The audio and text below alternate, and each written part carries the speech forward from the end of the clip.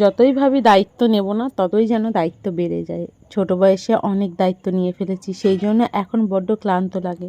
যেমন শরীরও চলে না, তেমনি মনের জোরটাও আস্তে আস্তে কমে যাচ্ছে। হয়তো বয়সের সাথে সাথে এটাই হয় প্রত্যেকের, আমারও হচ্ছে সেটাই। তো যাই হোক, সংসারের কাজকর্ম তো করছি। আপনারা হয়তো ভাববেন বয়স আমার অনেক, কিন্তু কিছুই না বয়স। কিন্তু এই বয়সেই আস্তে আস্তে না শরীরটা যেমন খারাপ করছে, আস্তে আস্তে যেন মনে হচ্ছে এখানে এটা হচ্ছে, ওখানে ওটা হচ্ছে, সমস্যা হচ্ছে। তো এই যে বিয়ের পর মেয়েদের একটা বাচ্চা কাচ্চা হয়ে গেলেই না সমস্যা দেখা দেয় প্রত্যেকের, হয়তো আমার বলে নয়, প্রত্যেকটা মেয়েদেরই সমস্যা দেখা দেয়। তো যাই হোক, সেমনি আমারও সমস্যা। সমস্যা বলতে ওই যে, যেহেতু সিজারে বাচ্চা হয়েছে, দুটো বাচ্চাই সিজারে, সেই জন্য না মাজায় ভীষণ সমস্যা।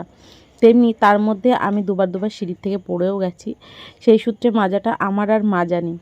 তবুও সংসারের দায়িত্ব তো পালন করতেই হবে। কেউ নেই যে তাকে একটু বলবো, আর কেউ থাকলেই বা কি, নিজের কাজ নিজেকেই করতে হবে। আর আমার না সেরকম কারোর কাজ পছন্দ হয় না।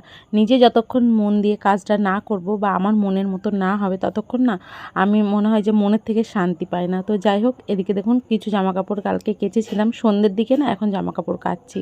সেই জন্য না সন্ধ্যের দিকে কেচে দিয়ে বাইরে একটু মেলে দিচ্ছি, রাতের দিকে আবার ঘরে তুলে রাখছি, ঘরে মেলে দিচ্ছি। তো যাই হোক, এদিকে পর্দাগুলো কেচে দিয়েছিলাম, সেগুলো আবার টাঙিয়েও দিয়েছি। এদিকের জানলাটা আমাদের মানে স্লাইডিং করা হয়নি এখনও পর্যন্ত, সেই জন্য তিরপল দেওয়া রয়েছে, কিন্তু তিরপলটা এত পরিমাণে হাওয়া হচ্ছে, ছিঁড়ে গেছে। তো এই 1 বছর প্রায় হয়ে গেল, বছরে পাল্টে দিই। তো আস্তে আস্তে সব কিছুই করবো টুকটুক করে, এই বাড়িটাকেও সুন্দর করে মনের মতো করে তুলবো। তো যাই হোক, দুজনা মিলেই করছি, চেষ্টা করছি যাতে মনের মতো করে আবারও সংসারটা গুছিয়ে নিতে পারি, মানে বাড়িঘরটা।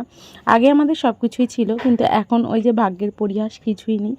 তো কিছু আর আফসোস করেও লাভ নেই। যেটা থাকার সেটা অবশ্যই থাকবে, যেটা থাকার নয়, যত চেষ্টাই করো না কেন সেটা থাকবে না।